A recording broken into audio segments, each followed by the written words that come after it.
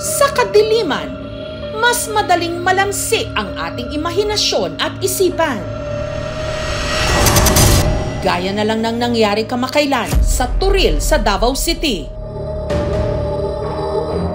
Nang pagtingala nila sa bubong, may nakita silang hindi maipaliwanag na nilalang.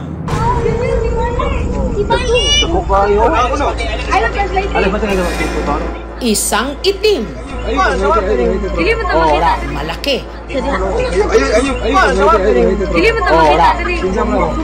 Na parang anino.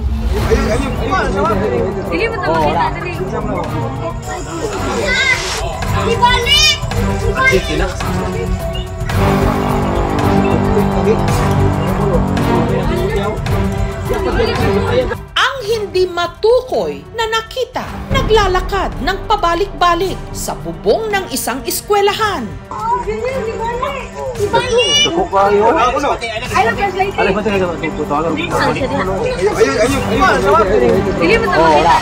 Hindi pa man nila naaninag kung ano talaga ito. Ang anino, bigla raw, naglaho.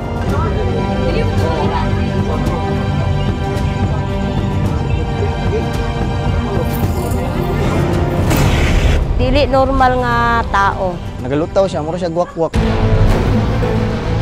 Isang katakatakang pangyayari na naman ang ating susuriin at iimbestigahan. Ibalik! Nakalimbawt yung balaybo. Hindi na tao?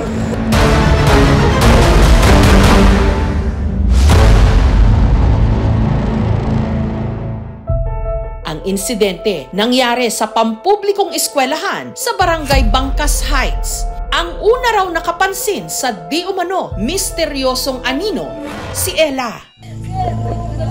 Nagtambay mi ato sa gawas, then ako kay murag nagpalahi ko at bang atong atop sa school. Then pagtanong ako sa atop, dahil something.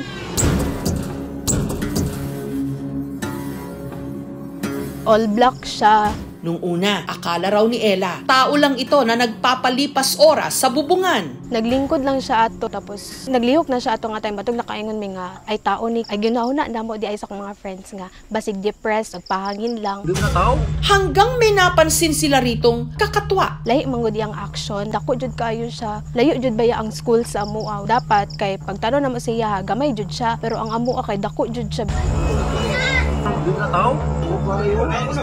At nung tinutukan nila ito ng flashlight, Pag flashlight sa yais, dali na kayo siya nawala.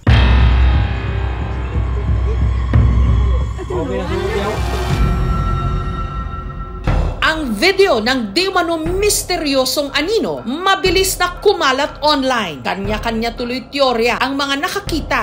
Nagalutaw siya, mura siya guwak-guwak.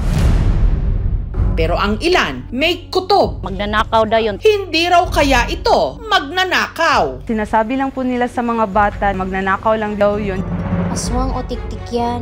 Kung hindi yan nakyat bahay, maligno na talaga yan. Kung magnanakaw, parang mag-aalala din po ako kasi pwede siyang umakyat dito sa bahay namin. Imposible naman po kung magnanakaw po kasi yun. Kung magnanakaw, pwede naman siyang dun magnakaw sa first floor, second floor, third floor ba yun? Ba't dun pa mismo sa taas siya pumunta? Yun po ang question namin dito. Hindi pa man nabigyang linaw ang misteryo. Makalipas ang isang oras, ang anino muli na namang namataan sa bubong ng eskwelahan. At sa pagkakataong yon, meron silang napansin. Dili na jud to siya tao kay dili normal ang iyang pagtindog. Straight jud kayo yung lakaw.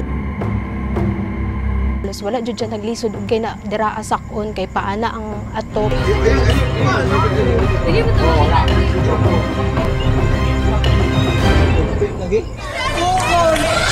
Hanggang rumisponde na ang barangay.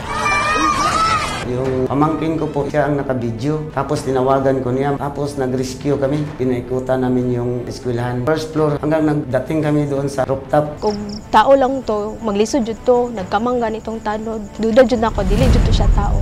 May maabutan nga ba ang mga rumisponding tanod sa rooftop? Pinuntahan namin.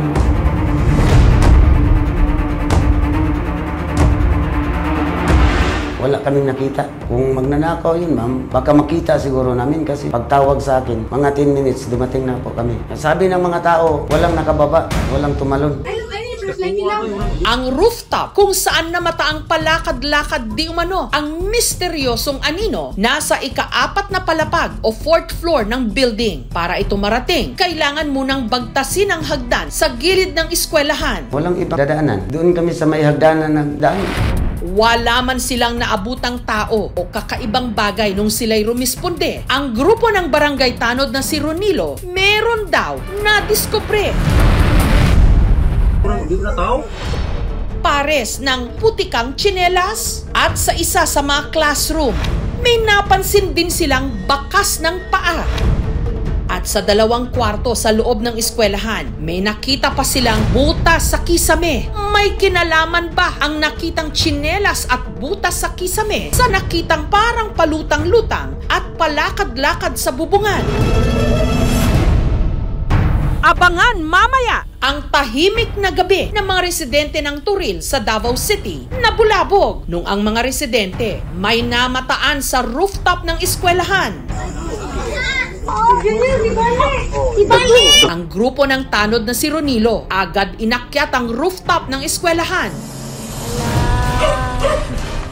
Kung magnanakaw yun, ma'am, baka makita siguro namin kasi pagtawag sa akin, mga 10 minutes, dumating na po kami. Sabi ng mga tao, walang nakababa, walang tumalon.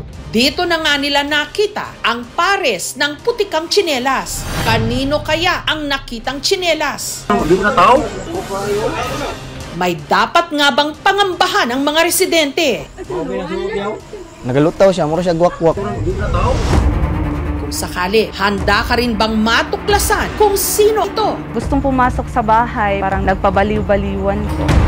Ang pagpapatuloy ng aming investigasyon. Naka-block po siya ng damit. Same day lang po kasi yung na-capture yung video nga.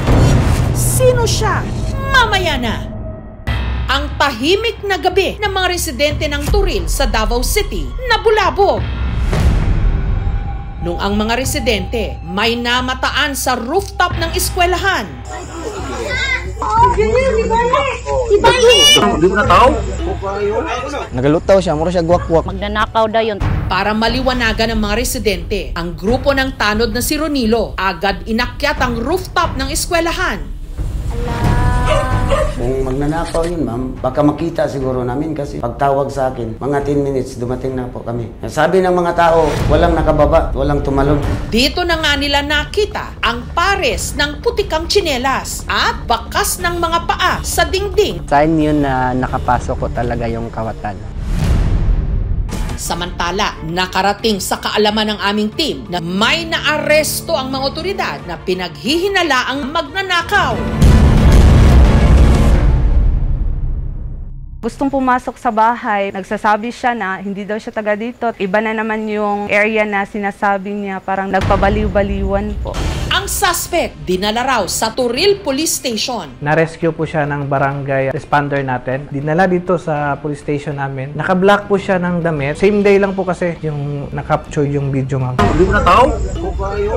Malaki po yung tsansa na yung taong na-endorse dito na na-rescue tsaka yung nakita doon sa bubong.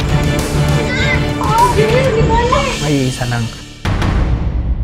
Pero sa ngayon po ay nagkakandak pa rin kami ng malalim na investigasyon para po matumbok namin kung ano po talaga ang tunay na nangyari, ma'am. Yung lalaki ngayon? Pagkatapos po namin siya na una ng mga vital information, pinauwi po namin siya kasi wala namang complainant. Kaya po wala po kaming ground na i-detain siya dito. Meron po siyang tsinelas na suot. Hindi po siya confirmed. Wala po rin ng mga witness na nagsasabing yung tao na na-rescue at saka yung taong allegedly na nakita sa bubong ay iisa. Samantala, duda ni Ronilo na magnanakaw ang nakitang naglalakad-lakad sa bubungan. Lalo't wala naman daw gamit na nawala. Inakyat namin yung kisame kasi may butas, tiningnan namin, tapos wala po kaming nakita. Yung tsinelas, parang sa estudyante siguro yon. Sinubukan naming kuhanan ng panig ang pamunuan ng eskwelahan pero tumanggi silang magbigay ng interview. Dahil sa insidente, pansamantala munang kinansela ang pasok. Ang sinabi po sa mga bata na wala daw katotohanan yun, hindi daw yun maligno. Isa lang po daw yung tao at saka magnanakaw lang din po daw yun. Lumabas na naman yung mga pamamba kasi wala naman po talagang inilabas yung school ng statement po. Hindi siya edited. Malaking factor yung yung focal length ng mga lens, lalo't camera phone siya. Mas mukha siyang lumalaki yung tao compared do sa environment. Yung lightings din, dahil kung makikita nyo is yung halos silhouette na siya, natatakpan siya ng bubong. So, lalong na-emphasize yung mukha siyang malaki. Definitely tao yon. Na-assign sa area nga walay mga suga. Then mag-rubing sila sa every puro. Dapat dili ta mahadlok. So kung naay something inaana na panghitabo, dangop dayon kamo sa barangay hall. Rest assured po, we will do our part, ma'am, para po ma-prevent ang mga same cases na ganito po.